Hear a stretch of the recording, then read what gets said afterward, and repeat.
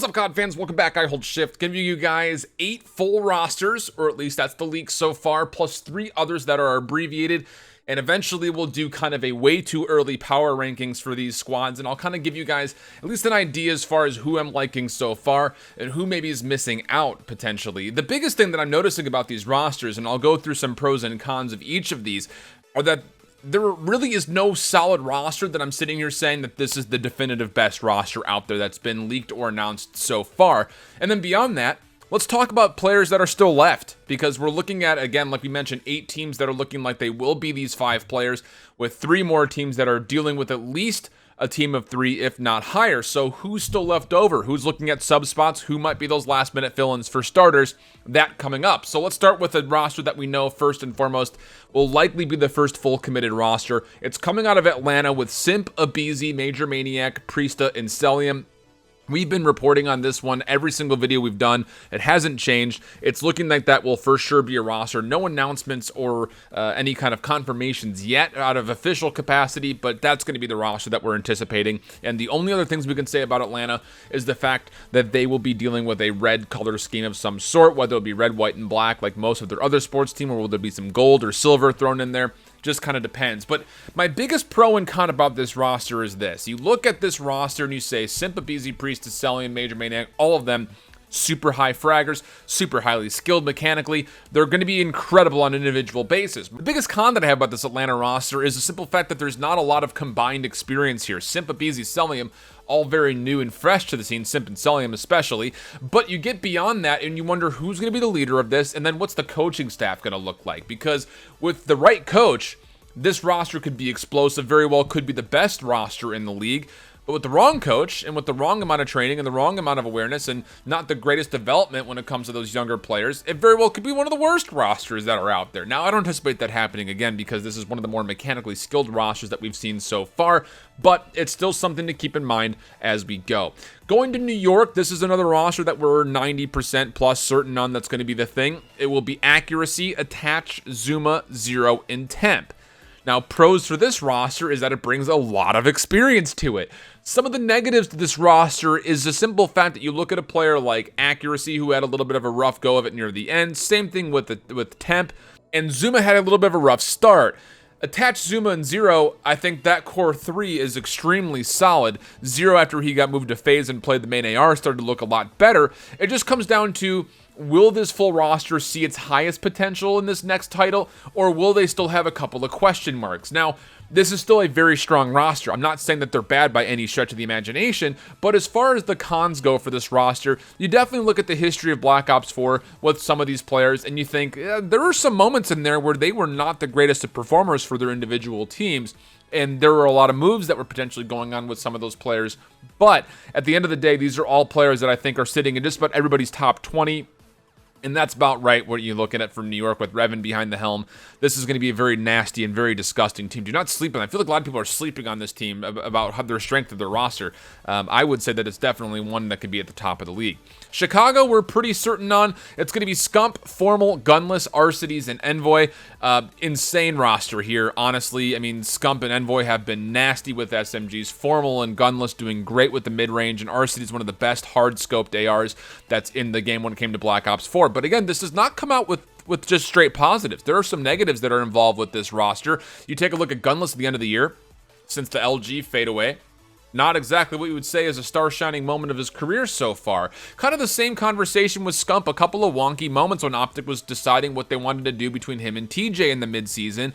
And then you also take a look at ARCITYS. Again, United has been consistent all the way through, but there was that conversation point of, will he run the Maddox? Will Clayster run the AR at the beginning of the season? So, it's, again, not a roster you consider and say, stamp, this is the best roster in the league. But I think in a lot of people's minds, this very well could be, and in my mind, I think this is probably the best roster in the league's form so far, pending there are no more internal issues or inside issues when it comes down to not only personalities, but will Gunless step back up to his normal Gunless form? You think he probably will, but we've been saying that now for the last couple of months, and we haven't seen it yet. Los Angeles, this is the Optic spot that's coming out of it. It's looking like TJHALY, Dashy, Slasher, Kenny, and JCap. And again, this could be a very nasty roster. But again, I think you're dealing with a couple of cons when you take a look at it. TJ and Scump had those little bit of issues of who's running what. TJ had a very great back end of the season. Dashy, on the other hand, had a very great front half of the season and then sat in the high points when it came down to what he was able to do throughout the mid and the postseason or the end of the season. But it still merits some conversation, the fact that it was not the star-studded MVP performance from Vegas all the way through. Kenny and Slasher, though, also had some question marks about them at different points in the season. Slasher, not so much. He was consistent pretty much all the way through, but Kenny, it definitely came down to the very early part of the season what was going to happen with him. Once he picked up the MAUX, he definitely started to look a lot better, but there were some considerations. And then JCap, as the Bullets looking like the fifth, again, he had a decent end of the season, but there was all that drama with him at the United. You got to keep that in mind that things did go on.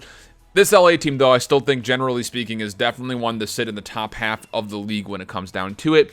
A very powerful roster.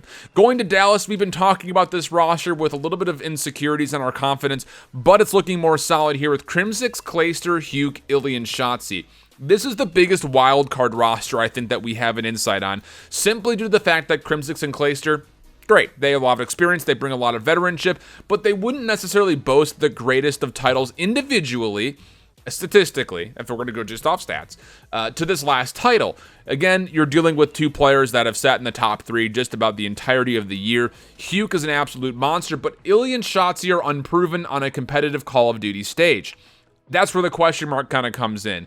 Will they be able to find a mindset and mentality and an environment to let those kids grow and get better faster? Because, again, you mentioned all those last 5 rosters that we just talked about. Tons of experience in the pro scene for Call of Duty, tons of experience when it comes to how they're able to perform when it comes to playoffs or stage championships, whatever it happens to be. A lot of experience in the Call of Duty competitive scene with all those rosters that were previously mentioned. This is probably one of the more unproven rosters, simply due to the fact that you're bringing in a 4th and a 5th in Illy and Shotzi that have not had a chance to compete at the pro stage yet. Does this roster have the chance to go huge? Yes, it does. I would be a little bit less certain of it, I think, just based on the fact that you're dealing with 2 wild cards in the mix and 2 players that, yes, they're very, very strong with their veteranship in CRIMSIX and Clayster, and Huke brings a lot of individual gunplay. It just comes down to will they be able to beat a team mentality together to be successful. Seattle will be up next, and mostly we have put this a little bit lower down because the last 2 players in this roster we weren't 100% sure on until recently. Slacked, OCTANE, and Enable was that team of 3 that we were talking about for the majority of the year, and then you look at Karma and Apathy in the mix, and again, on paper, this roster looks absolutely insane, but it doesn't come without a couple of considerations. You talk about Apathy, a very slow and tragic start to the Black Ops 4 season. He ended very great. Again, in Apathy fashion, he gets very good at the game near the end of the year. OCTANE, Enable, same conversation with 100 Thieves. OCTANE, I would say, is probably the MVP of that squad, but Enable had a couple of rough moments in there, especially when you go to Miami. He had a hard time locking down the hit scan saw without proper practice. And then beyond that, Slacked, again, very hot and cold. Slack Slam, literally just the definition of that from Black Ops 4, where it was a meme turned into a Pog champ. And then Karma, again, 3-ring GOAT. I mean, it is what it is. A lot of experience on this roster. That's the biggest thing about this Seattle roster that makes it so terrifying, is how much veteranship is here. If they're able to kind of powwow, come together and say, this is the mentality we want to build with ourselves, this could be a very dangerous roster as well. Going to Florida. And man, I'm having a hard time picking holes through some of these rosters. I'm trying my hardest. I know this is probably coming off as somewhat negative with these criticisms, but I promise you, it's hard to find these little notes. Like, I literally have a notepad here trying to find the cons of these rosters. Looking like MAUX, Skies, Frosty, Pristini, and Havoc. Now, when you first hear that, you might be thinking, oh, that's an okay roster. But when you really look at it, this is a nasty roster. MAUX and Skies, 2 of the best AR players from Black Ops 4. Frosty, Pristini, incredible job with the MAUX role. Pristini being able to flex onto an SMG when he needed to. And Havoc, honestly, kind of same conversation. These guys are silly. They're nuts. There's so much power here in this roster, I think, when it comes down to the individuals. The biggest negative that you think of is the fact that Pristini was probably the most overlooked player in the United. Frosty was kind of all over the place with who he was playing with. And then beyond that, Skies, he was solid. MAUX was solid. Havoc, but again, the finishes for MAUX and Havoc, not super great. So maybe some considerations as far as, will this team be able to put out the same kind of a prowess that you get from a New York roster or you get from an LA roster? They're a little bit more unproven, I think, is the best way of putting it, but just as capable. That's probably the best way of saying it. And this is the Florida roster that, honestly, I would be a little bit terrified of. This is a scary roster, to be sure. The London spot, we know for sure that there will be 3 players there. SKRAPZ, Dylan, and WUSKIN have all confirmed signed if you missed that announcement. But then we're getting word of a 4th and a 5th in potentially Jerd and Rated. Now, this is a roster that SKRAPZ, Dylan, yes, and yes.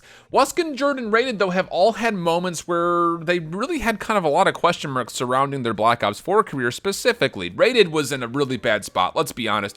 He bounced back and forth between the Red Reserve spot, the Unit spot, the Denial spot. It was all over the place for Rated. And the end of the year was a better finish for him. Again, they finished top 6. So, hey, there's that.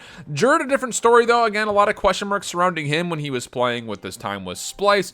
But this is another roster that, again, you could see doing well. It just comes down to, will they have the same capabilities? I think this is probably the least capable individual roster compared to the other ones that we've seen so far. But it's a team game. It's 5v5. Individual stats literally mean absolutely nothing. We've seen that happen. Reciprocity, good finish. Units, great finish. I mean, again, two teams that were struggling throughout a lot of the parts of the season that ended up finishing at a high level. So take from that what you will. Going to Toronto next, this is where we start to get out of our top 8. Those are our 8 full rosters that we know about. From here on out, it's teams of 3s and a team of 2. Toronto, Looney, METHODZ, BRACK, and then the potential of some sort of combination of Lucky, Metals, and Kleenex. Not really sold on this roster whatsoever. BRACK is the best name that pops up, honestly, when it comes down to being able to possibly lead and take over for the team. And we saw what he was able to do when he had to do it for teams like Accelerate, where it was just him. And the results were not great for the team, although they were great for him. Kind of my worry for this squad so far as well, and I'll tell you a little bit more about that as far as why later. Minnesota had this awesome announcement that they were able to put out for Silly, Assault, and GodRx as the team of 3 plus Brian Saint as the coach. Very excited about what Minnesota is going to be able to do, but again, it comes down to who else is left to pick up as that 4th and 5th spot. We'll talk more about that here in a minute. And then Los Angeles Guerrillas, it's looking like potentially AIX and Decimate as a team of 2. After their performances from Black Ops 4, again, couple of great moments for Decimate, followed up by a couple of not-so-great moments, and AIX struggled by, I would say, out of the most veteran players out there, there were some of the biggest struggles individually for AIX. And then Paris, we know really nothing about besides the fact that maybe Sensor is holding the keys there, which would be interesting. Let me know what you think. Who's got the best roster that we've leaked so far? Who are you looking to do possibly more with when it comes down to potentially good substitutes? Let me know in the comments below. And until the next video, hope you guys keep holding it down. Later. Bye-bye.